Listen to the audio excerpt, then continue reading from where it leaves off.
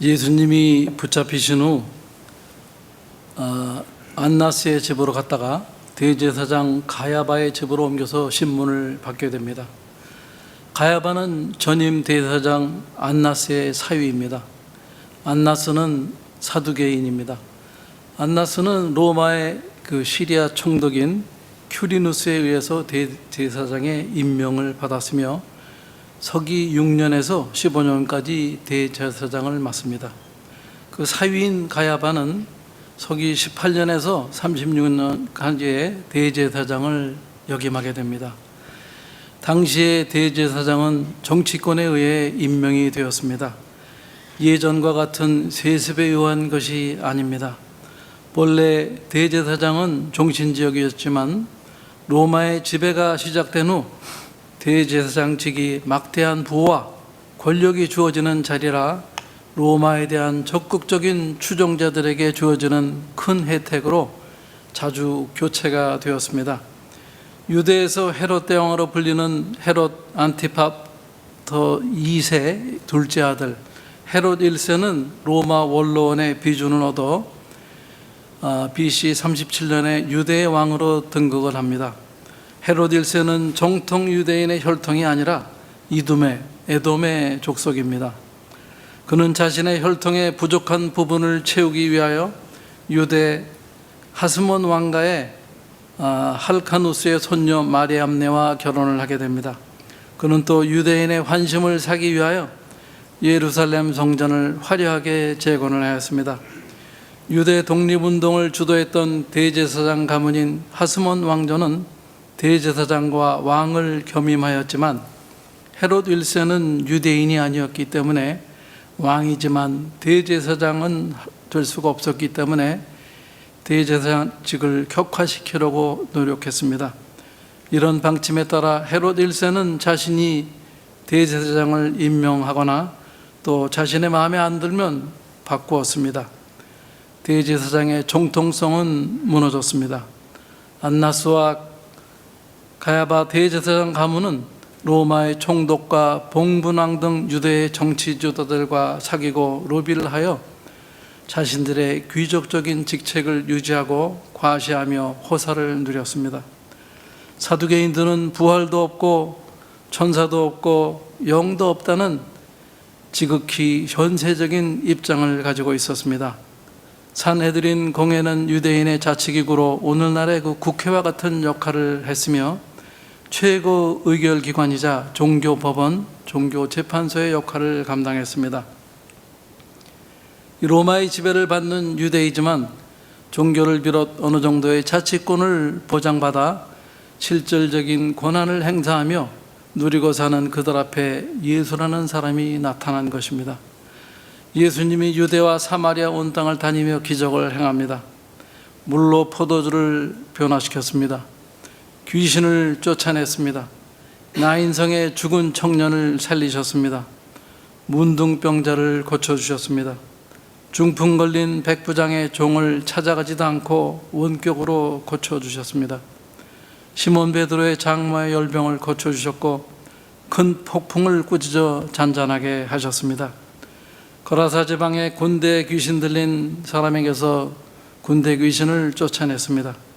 중풍병자를 고치고 소경을 고치고 귀신 들린 벙어리를 고치시고 베데스다 연못에 38년 된 병자를 고쳐주셨습니다.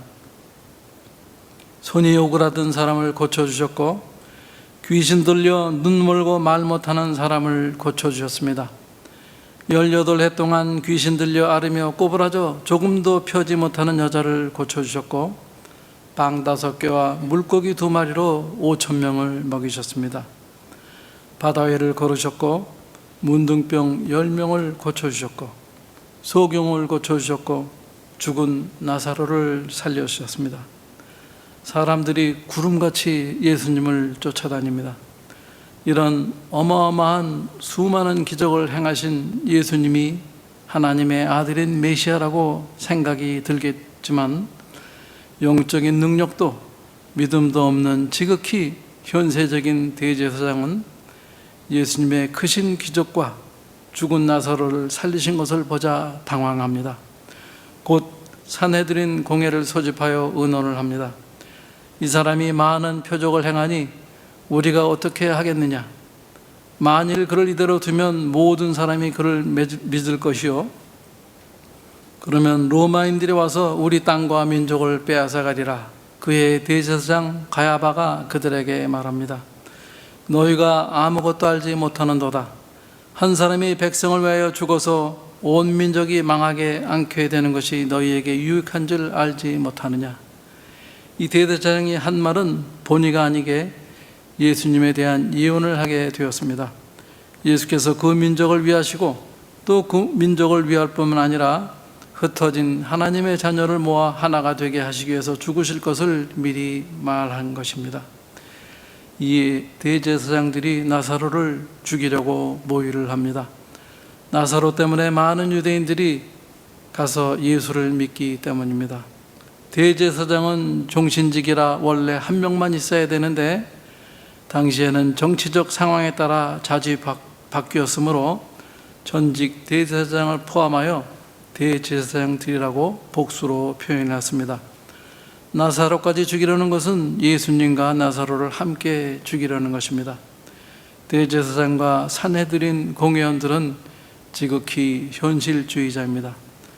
예수님이 예루살렘 성전 안에 이방인의 뜰을 차지하고 있는 소와 양과 비둘기를 파는 사람들과 돈 바꾸는 사람들을 내쫓고 돈을 쏟으시고 상을 엎었습니다.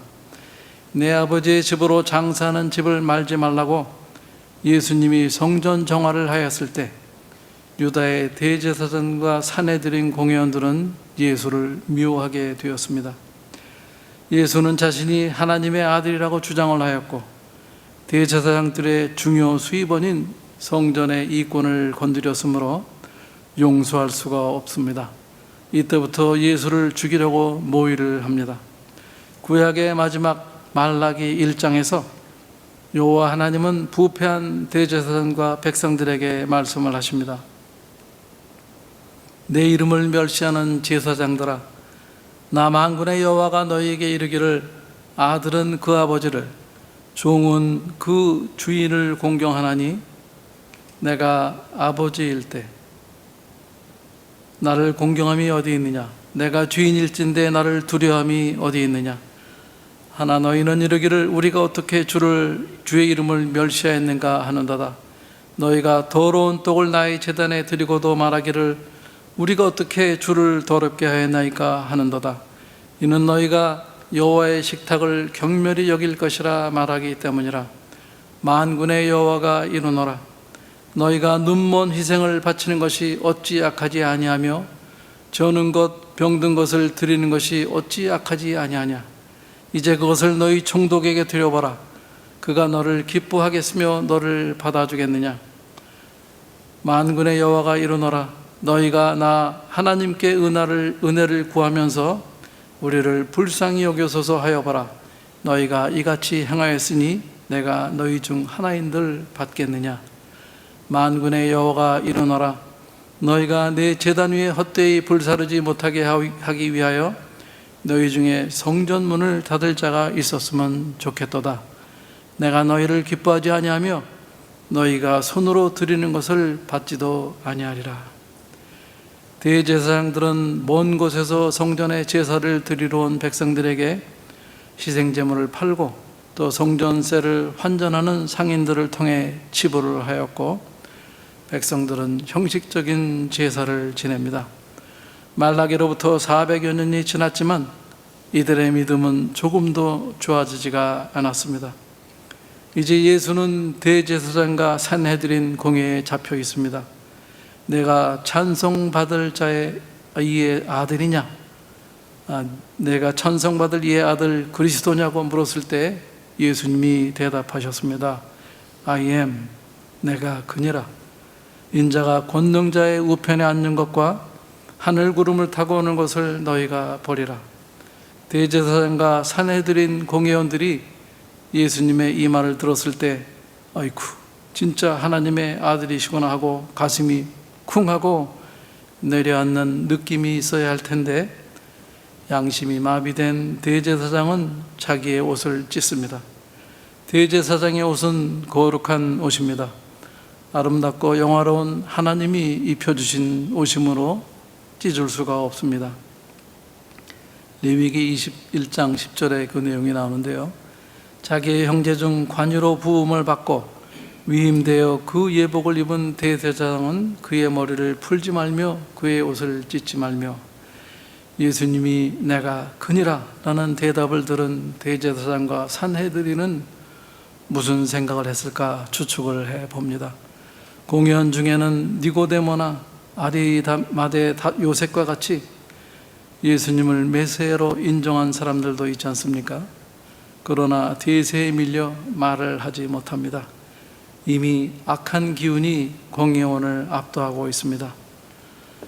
첫 번째는 진짜 하나님의 아들 그리스도면 어떡하지? 큰일 났다. 일단 죽이자.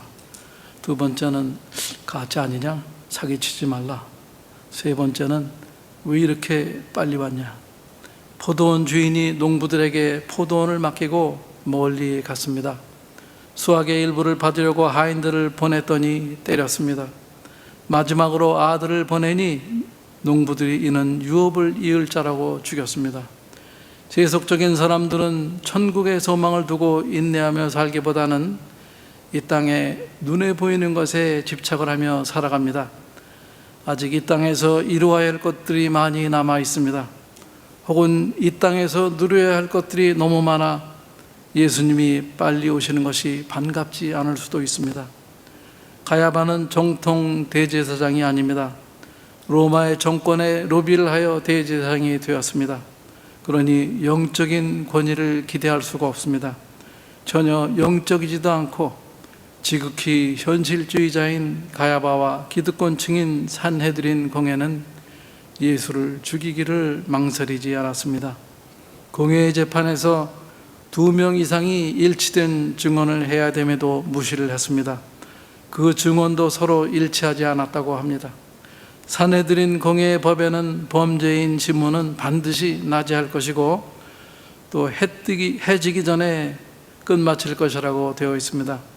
만일 선고가 무죄일 때에는 신문날에 선고를 할 것이지만 유죄일 때에는 다음날 선고할 것이라고 규정이 되어 있었지만 이 산헤드린 공회는 쫓기듯이 한밤중에 모든 절차를 무시하고 선고를 하였습니다. 이들의 목표가 분명히 정해져 있기 때문입니다. 예수를 죽이자. 옳고 그름이나 진실이나 아니냐는 아무 소양이 없습니다. 이 시대의 교회들에서도 분쟁이 일어나게 되면 교인들은 비이성적이 됩니다. 믿는 사람 같지가 않습니다. 교회들이 어려움을 겪게 될 때는 이성적이거나 지성적이지도 않고 말씀대로도 하지 않습니다. 다들 흥분해서 합법 불법을 따지지도 않고 옳고 그름도 따지지 않고 일들을 도모하기 때문에 바로잡기가 정말 어렵습니다. 때로는 침묵이나 회피를 합니다. 비이성적이고 비지성적이고 말씀을 따르지 않기 때문에 마귀의 소나기에서 놀아나게 됩니다. 교회에서 제일 중요한 것은 교인들이 어떤 일에 부딪히든 말씀에 따른 바른 신앙, 바른 생각, 바른 판단을 할 수 있게 훈련이 되어야 한다고 생각합니다. 비단 교회의 문제뿐이 아니라 자기 개인이나 가정, 이 생업 등 모든 분야에 있어서 바른 판단을 내릴 수 있는 하나님이 주시는 지혜와 명철을 우리 모두 습득을 해야 됩니다. 교인들이 바른 신앙을 갖는 것이 무엇보다도 중요합니다. 하나님을 경외하는 것이 지혜의 근본이요 거룩한 자를 아는 것이 명철이라고 합니다. 교회 내의 직분이나 믿음의 연수가 우리를 올바른 길로 가게 하는 것이 아닙니다. 말씀에 비추어 바른 생각, 바른 믿음을 가지고 바른 판단을 할 수 있어야 한다고 생각합니다. 이 시대의 교회들이 싸우고 찢어지고 흩어지는 원인은 말씀보다는 감정이나 인간관계에 의해 판단을 하기 때문입니다. 이 새로운 교회는 목회자나 교인들이나 모두 하나님을 바로 알고 말씀에 비추어 바른 생각 또 바른 믿음을 갖출 수 있게 되기를 소망합니다. 이스라엘 백성은 하나님이 택하신 백성이었지만 하나님을 배반하고 우상 숭배와 세상의 것들에 빠져들었습니다. 육신의 정욕, 안목의 정욕, 이생의 자랑을 추구하느라 하나님 이외의 다른 것들을 찾게 되었습니다. 풍요의 신 바알을 찾았습니다. 이사야 선지자는 여호와 하나님의 마음을 잘 전해주었습니다. 이사야서 1장 2절에서 4절입니다. 하늘이여 들으라, 땅이여 귀를 기울이라. 여호와께서 말씀하시되 내가 자식을 양육하였거늘 그들이 나를 거역하였도다. 소는 그 임자를 알고 나귀는 그 주인의 구유를 알건만은 이스라엘은 알지 못하고 나의 백성은 깨닫지 못하는도다. 슬프다 범죄한 나라요, 허물진 백성이요, 행악의 종자요, 행위가 부패한 자식이로다. 그들이 여호와를 버리며 이스라엘의 거룩하신 일을 만홀히 여겨 멀리하고 물러갔도다. 대제사장도 바리새인도 서기관도 백성들도 다 부패했습니다.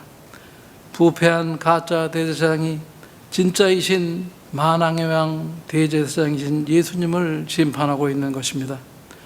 오늘 이 시대의 교회들이 싸우고 찢어지고 흩어지는 것은 대제사장이신 예수님의 몸된 교회를 부패한 목회자와 교인들이 싸우고 찢고 무너뜨리는 것이 됩니다. 이제 우리들은 바로 알아야 합니다. 주님의 몸된 교회를 허는 부패한 대제사장과 산헤드린 공회와 같은 실수를 우리가 다시는 반복하면 안 된다는 것입니다. 예수님의 핏값으로 사신 교회, 이 새로운 교회를 우리 모두 합심하여 바른 믿음으로 세워드리기를 주님의 이름으로 축원드립니다. 기도드리겠습니다. 거룩하신 하나님 아버지, 세상에는 하나님을 안다고 하면서도 하나님을 배반하고 믿음의 공동체를 허무는 일들이 많습니다. 하나님이 예수님의 핏값으로 사신 새로운 교회에 속한 모든 성도들과 목회자들을 찾아주시고 바른 믿음으로 우리의 공동체를 세워나가고 우리의 믿음을 성숙혀 주시기를 간구드립니다. 우리의 판단 기준이 하나님이 주시는 지혜와 명철에 의한 믿음이 되기를 소망합니다. 이 모든 말씀 우리 주 예수 그리스도를 받들어 간절히 기도드렸습니다. 아멘.